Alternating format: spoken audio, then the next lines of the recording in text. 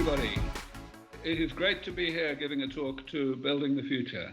Thank you for inviting me. Today I am going to tell you about the work that I and my colleagues do at Sense Research Foundation, which is a charity based in California. We do biomedical research to develop new medicines that will control the process of aging. In other words, we will develop medicines that will allow people to stay healthy, both mentally and physically, however long ago they were born. And today I'm going to talk a little bit about the latest developments in this field and also the ways in which it is affected by the pandemic. Actually, I'm going to try to explain how the pandemic may end up saving more lives than it has claimed by virtue of helping us to move faster in developing medicines to control aging. The first thing I want to emphasize, though, is what we don't work on. Because I have to spend a lot of my time, especially when I speak to journalists, answering questions that do not have to do with our work. Most of the questions that journalists like to ask me are about how things would be when everybody lives a very long time. Like, where will we put all the people? Or won't it be boring? Things like that. And these are not the right questions to be asking because they are distractions from the important work that we are doing to keep people healthy. Yes, we know that the world will be different when nobody is getting sick when they get old. But we also know that getting sick is we are definitely going to be in a better world when people do not get sick when they get old. So, we are working on health. Longevity is simply a side effect of health. And yes, we think it's a good side effect, but please focus on what we actually do.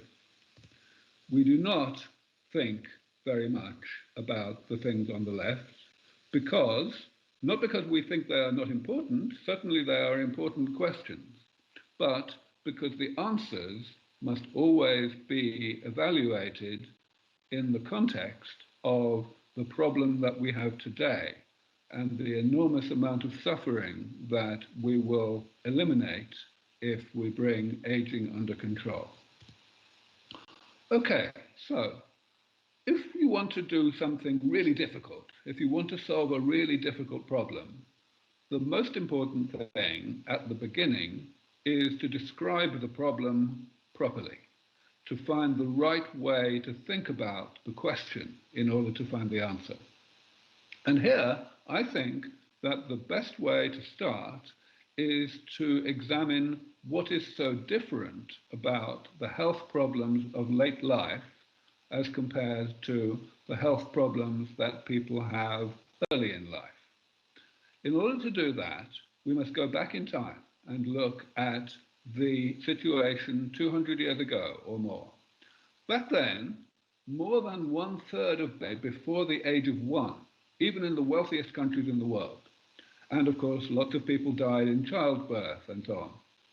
And now, hardly anyone in the industrialized world dies at that early age, simply because really easy, simple medicines like vaccines and antibiotics have worked. In fact, just figuring out that hygiene is a good idea was enough to save an enormous number of lives. So we must ask the question, why has that same approach not worked for the health problems of late life? And that question is not asked nearly often enough. I think the main reason why people do not ask that question is because they think they know the answer. They think it's an obvious answer, that simply aging is really complicated, that there are so many things that go wrong with us late in life, and they go wrong at more or less the same time, so they interact with each other and it becomes even more complicated. So maybe they say, well, it's been overwhelming. And yes, that is part of the answer, but it's only part of the answer. The main answer is something completely different. And in order to introduce that, I need to start by defining what aging actually is. Now, if you think about it, it's crazy that I would need to do this, right? Because aging has been the number one preoccupation of the human race ever since the beginning of civilization. So you would think that we would have decided on an agreed definition of it. But no, if you ask 10 people what aging is, you will get 10 different answers. It's no good. So I'm going to start with this definition. Firstly, so that we are all talking about the same thing for the next 15 minutes. And secondly, so that you can understand that aging is not a mystery. People think of aging as a terrible mystery that we don't understand at all, but that's not true. Aging is simply the combination of two processes that you are seeing here. First of all, on the left, there is a process that goes on throughout life. I mean, literally, even starting before we're born. And that process is the creation of damage by our metabolism. So metabolism is the word that biologists use to describe the entire network of processes that keep us alive from one day to the next. Metabolism creates changes to the cellular and molecular structure and composition of the body. And that's what I'm calling damage. Now, the reason why damage is an appropriate word to describe those changes is because of the right-hand process. The body is set up to tolerate a certain amount of those changes that accumulate progressively over life, but only a certain amount. And that means that eventually there is more damage than what the body is set up to tolerate, and that's when the right-hand process begins. Damage starts to impair the function, both mental and physical, of the body, and the health problems of late life, the pathologies of late life, emerge and become worse and worse. So that's the right-hand process. And that's all aging is, the combination of those two processes. So, why is that so important to emphasize? Well, one way to explain why it's so important is because people really make a bad mistake when they think about aging. If you ask people, how can somebody get sick? Then mostly they will answer you in a way that looks like what I'm showing you on this table. First of all, they will say, well, there's infectious diseases. That's column 1. Then there's column 2, the genetic diseases that a small number of people inherit. Then there's the big one, number 3, the chronic progressive diseases of late life, such as Alzheimer's or almost all cancers. And then most people think that way out in the stratosphere, there's this 4th category of ways to be sick, which is this thing called aging itself. And it consists of poorly defined things like frailty. And most people think that there is this huge difference between diseases, on the one hand, these 3 types of disease, and aging, on the other hand. The implication is that aging is just a completely different thing, and it's kind of off limits to medicine. And this is the result of that mistake. People try to address column 3, Alzheimer's, almost all cancers, heart disease, and they try to do it by the same kind of medicine that works so well for column 1, infectious diseases. They try to attack these pathologies directly and eliminate them from the body. They try to cure Alzheimer's, cure cancer. And it doesn't work. Of course it doesn't work. Look at the definition here. Damage is accumulating, so by definition, the direct attack on pathologies is going to become progressively less effective as time goes on. This is the correct way to look at how people can be sick. Yes, all the columns are the same, but that big black line is in a different place. And that emphasizes, first of all, that the things in column 3 are nothing like the things in column 1. The things in column 3 are side effects of being alive, and therefore we cannot cure them in the same sense that we can eliminate an infection. But also, when I move the big black line, it shows you that there is really no difference between column 3 and column 4. The only difference is semantic. that column 3 is the aspects of aging that we have chosen to give disease-like names to. Now, I am not the first person to notice this. More than a century ago, a few people started to realize that geriatric medicine, the direct attack on the pathologies of late life, was never going to work. And they thought, well, okay, let us be more preventative.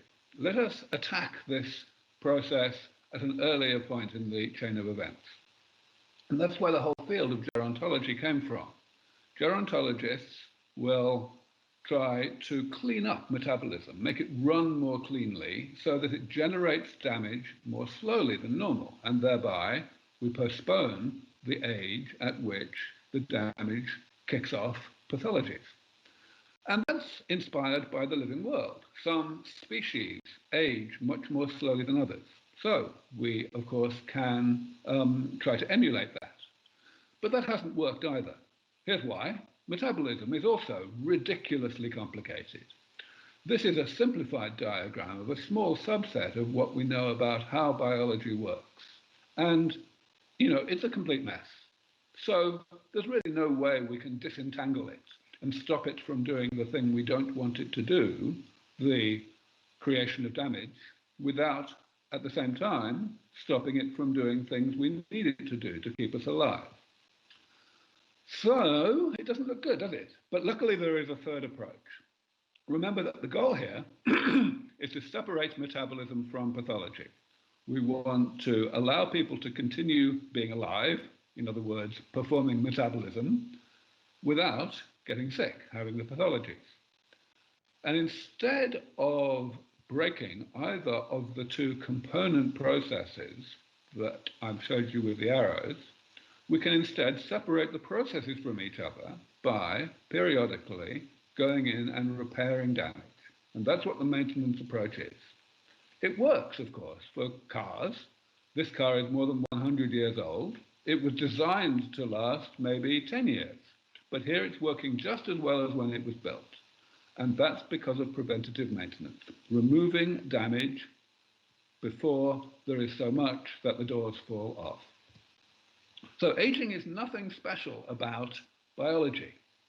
Aging is actually the same in a living machine as it is in a non-living machine. But now, there's a final problem we have to look at. If the metabolism of the body is so complicated, and the pathologies that happen late in life are also so complicated, maybe the damage is complicated too. If so, we are still in trouble. Yes, it may be the common sense approach to try to repair this damage, but maybe it's not practical. But luckily, I'm going to skip that slide, luckily that's not really true. Actually, we can describe the damage in very simple terms. I'm showing you on the left my preferred description of it. We can describe it as just 7 types of damage. And the reason that is so useful is because we can also describe the corresponding ways to do damage repair. So, for example, the case of cell loss. When cells die, sometimes they are automatically replaced by cell division, but sometimes they are not. And so the number of cells goes down, and eventually there are not enough cells. That's why it's a type of damage.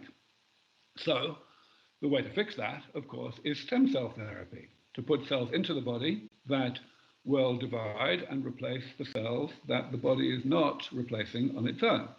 Okay, so we must just do that whenever there is some type of cell which is not being replaced automatically. And that means we should be able to do it quite easily because stem cell therapy is an established field. And indeed, right now, we are seeing Parkinson's disease being treated in exactly this way with stem cell therapy in clinical trials. We do a lot of work in this area on the most difficult types of damage. This is a small selection of the publications that we have generated over the past several years.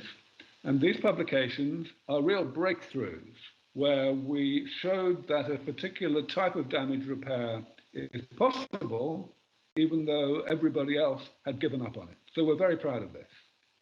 And now this idea has become very mainstream. Here is a restatement of the same damage repair principle from 10 years later than when I first proposed it.